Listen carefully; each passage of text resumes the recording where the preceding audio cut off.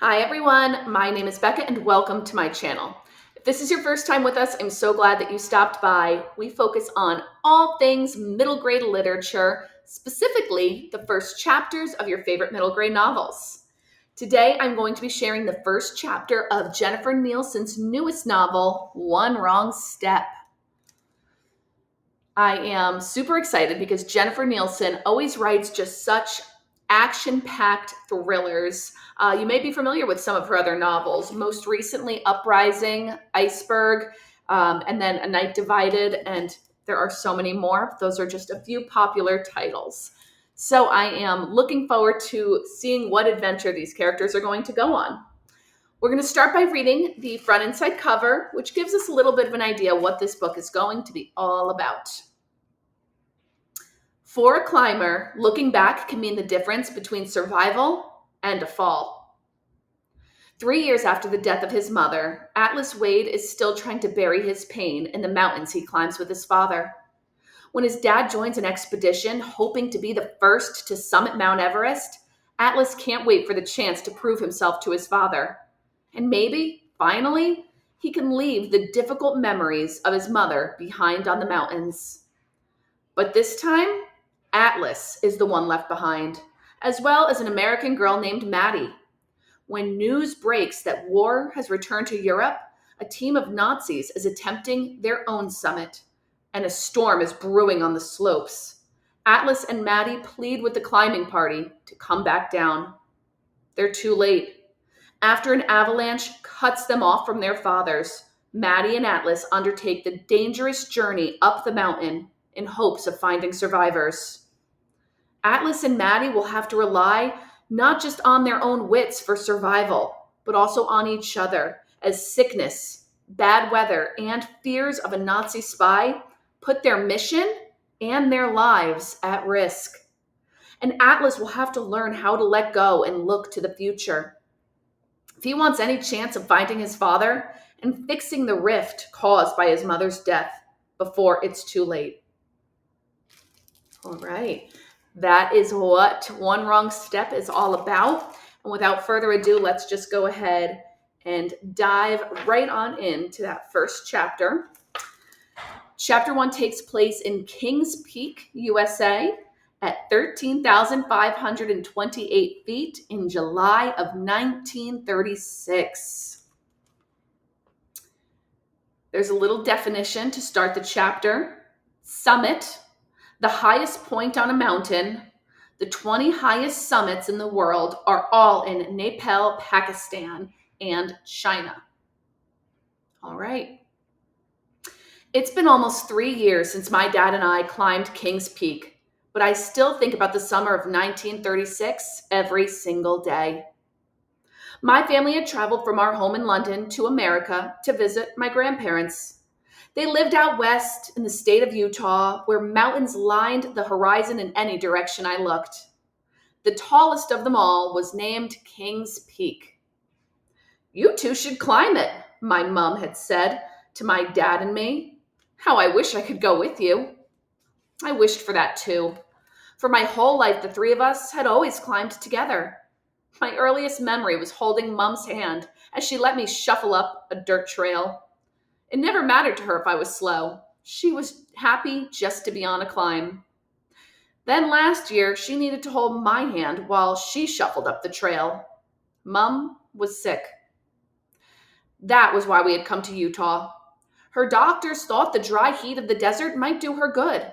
Maybe it would put the color back in her cheeks. Finally, Dad was persuaded to bring me to Kings Peak. "What do you think, Atlas? Should we have a go at it?" Atlas. I was named after the Titan god who carried the skies on his shoulder. It was the kind of name that came with responsibility, as if I was born to be in the mountains. Dad once told me it was the perfect name for a son he hoped would one day join him in climbing Everest. I wanted that too, but for now, my first summit attempt would be at Kings Peak. On the morning we said goodbye to Mom, her eyes filled with tears. I thought of how disappointed she must be not being able to come with us. She dismissed the tears with a sniff and a weak smile, then pulled out a scarf she had knitted. It was thick and warm in the same shade of blue as our British flag. "You'll always wear this, I hope," she said, tenderly wrapping it around my neck, "especially if you ever feel cold or alone. Then you'll have it, won't you?" I kissed her cheek as we left, convinced that by the time we returned from our climb, Mum might be well enough to get out of bed. My 12th birthday was coming soon. Her recovery was the only gift I wanted. After a few days in the mountain, Dad announced it was time for us to try the summit. That morning, as I wrapped the scarf around my neck, I said to Dad, "I wish Mum was here. It almost feels as if she's already with us." Dad smiled, but quickly turned away. When he looked back at me again, he pointed to the flag hanging out of my backpack. "What will you do with that?" "Set it on the summit in King Edward's honor," I said. I had a second flag in my rucksack, too. I'd made it myself to honor my mum.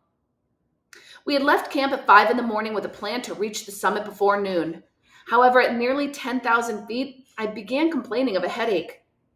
"Might be the altitude," Dad said. "We can turn around." I only shook my head. "Not a chance. We've come so far already." "Then we need to go faster." Dad glanced up at the skies. Grandfather warned me about afternoon thunderstorms.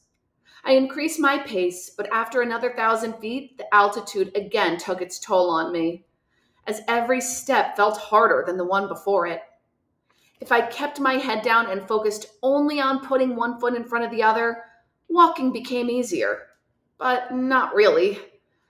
At least we continued to move uphill, even if it was slow. "Is it much farther?" I hoped the summit wasn't too far away, because there wasn't much left in me to keep climbing. Dad stopped walking and then said, "Where your eyes go, your feet will follow." "What does that mean?" "Look up, Atlas." I glanced up and a smile spread across my face. There, only another 50 steps away, was the summit of King's Peak. I studied it for a moment before continuing on. The summit was beautiful, certainly, but far from the majestic snow-capped peak I'd expected. Nothing much was here. Only wide slabs of gray rock, stacked in loose piles, tinted with a thin dusting of snow. I couldn't imagine where the rocks had come from to lie there as they did. In every direction I looked were the peaks of rugged, brown-topped mountains, with small patches of snow that probably never melted. And the mountains sloped downward. As the mountains sloped downward, they became greener. I walked to what I believed was the absolute highest point, then opened my rucksack and pulled out the flags. I planted the British flag first, an inch below the flag for my mum. I honored my country, but no one in the world was more important to me than my mum. I wrapped her scarf around my neck one more time, and then backed up to take in the entire scene. "Mom would have loved to be here, don't you think?" I asked Dad. His eyes had grown misty, and he nodded. "I like to think she will always be in the mountains." My smile came back at him, only widened as I gazed toward the horizon. The longer I looked, the more the view stole my breath away. I felt as if I was standing on top of the world. Minutes later, a loud rumble pulled me from my trance. Dark clouds were gathering almost directly above us. Grandfather had warned us of this very thing. I had wondered then what a thunderstorm on a mountaintop might be like. I imagined how amazing the lightning must look at this altitude, when a person felt as if they could touch the sky. Now that I was here, it wasn't amazing at all. What I saw was terrifying. We were in danger. "Let's go, Atlas," Dad gritted his teeth. "Now." I began following my father down the upper ridge, his feet barely touching one slab of rock before the next foot landed a step lower. We hadn't gone far when the next roll of thunder echoed in the skies above us. I hurried to get closer to my father. He was obviously concerned about the weather, but Dad was also the kind of person who never missed an opportunity to teach me something. "Did you know that some scientists claim at any given moment there are hundreds of thunderstorms happening somewhere on Earth?" That's only a guess, I said. It would be impossible to know that. Modern science is a wonder, he said. I glanced up again. If that's true, then how many of those thunderstorms are happening over King's Peak right now? He moved faster. At least one. Do you see any lightning? I looked around. Not yet. Of anyone, Atlas, you should be the first to spot it. I rolled my eyes. Just because you named me Atlas doesn't mean I can spot. That's not what I meant. Dad briefly glanced back at me. You're good at seeing details others miss, even if it's a small flash. I need to know. From that moment on, I spent more time watching the skies than my own feet. Normally, I was more cautious than that because it's easy to lose one's footing, especially when headed downhill. But I also understood that we were on a bare ridge where we stood taller than anything else in the area. Lightning has a way of finding tall things. Something flashed at the corner of my eye. I counted the seconds between the roll of thunder and the lightning itself. 6 seconds, 2 miles. That was too close. Can we go faster? Dad said nothing but picked up his speed, and I stayed right near his back. That is, until the lightning flashed behind me, brighter this time. I paused long enough to turn around. 3 seconds, less than 1 mile away. Keep moving, Atlas! I turned, but with my eyes on the sky, my boots slid on a loose rock. My feet came out beneath me and I fell backward. Anywhere else, and that wouldn't have mattered, but I had fallen on a field of loose rocks and on a steep slope, so I went sliding. There was nothing to grab onto, nothing to dig into, to slow my speed. I put one gloved hand over my face to protect it and held out my other hand, hoping to find a solid hold. But there was nothing, only the loose rocks sliding with me. Atlas! Dad was shouting my name, and I knew he was heading downhill as fast as he could, but he wouldn't be fast enough to help me. Finally, the ground leveled out, and I began slowing, and then came to a stop. Atlas! Dad was beside me only a couple of moments later as I was still catching my breath. Are you hurt? No, I don't. But before I finished answering, we heard a loud crack higher on the mountain, followed immediately by a flash of light so bright it hurt my eyes. Dad covered me with his body, but the flash was already gone when he did, so he mostly just pressed me into the sharp angles of the rocks. If you're all right, let's get off this ridge, he said. I'd have crawled off the ridge if necessary, but we scrambled downhill, scraping our hands and knees more than once as we learned which rocks to trust and which would send us sliding. To our relief, the thunderstorm began moving in the opposite direction. The worst of the danger was behind us. Dad said, in a way, sliding down the hill the way you did was quite clever. It might have saved our lives. Mom will be furious, I said. Your mom is the best of women, he said. Always remember that. That was a simple challenge. No one in my life could ever compare to her. When we continued walking, Dad glanced over at me. I think after that, you'll never want to climb another mountain again. He couldn't have been more wrong. How about Mount Everest? I smiled over at him. It's the tallest mountain in the world, I've heard that too, Dad laughed. You're not ready for Everest yet, but until you are, perhaps we can climb other mountains, discover new summits. When can we start? I'd climb again tomorrow if he asked. In that moment, I felt like I could conquer any summit on Earth. But that isn't the way the world works. No one can stay on a summit forever. By the time we returned to my grandfather's home, we were greeted with the worst possible news. My mom had died. She was gone.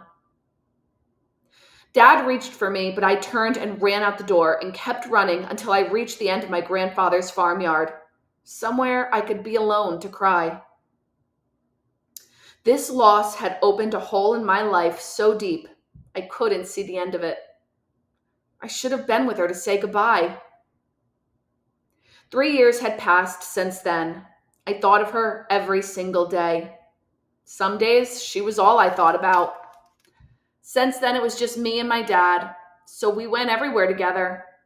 I'd been on 5 major mountains all over the world and reached the summits twice. I thought I was ready to climb Mount Everest. I was wrong. Oof. Well, that is the end of the first chapter of One Wrong Step by Jennifer Nielsen. I am overwhelmed by Atlas's journey. I am curious to see how he handles his climb to Mount Everest with his new friend Maddie. And I really look forward to reading this character's journey. If you enjoyed this first chapter Friday read aloud, please consider liking and subscribing so you can be notified every time we have another First Chapter Friday available for you. And teachers, if you are listening, there are a ton of links to phenomenal resources listed in the description. All right, everyone. Happy reading. Until next time.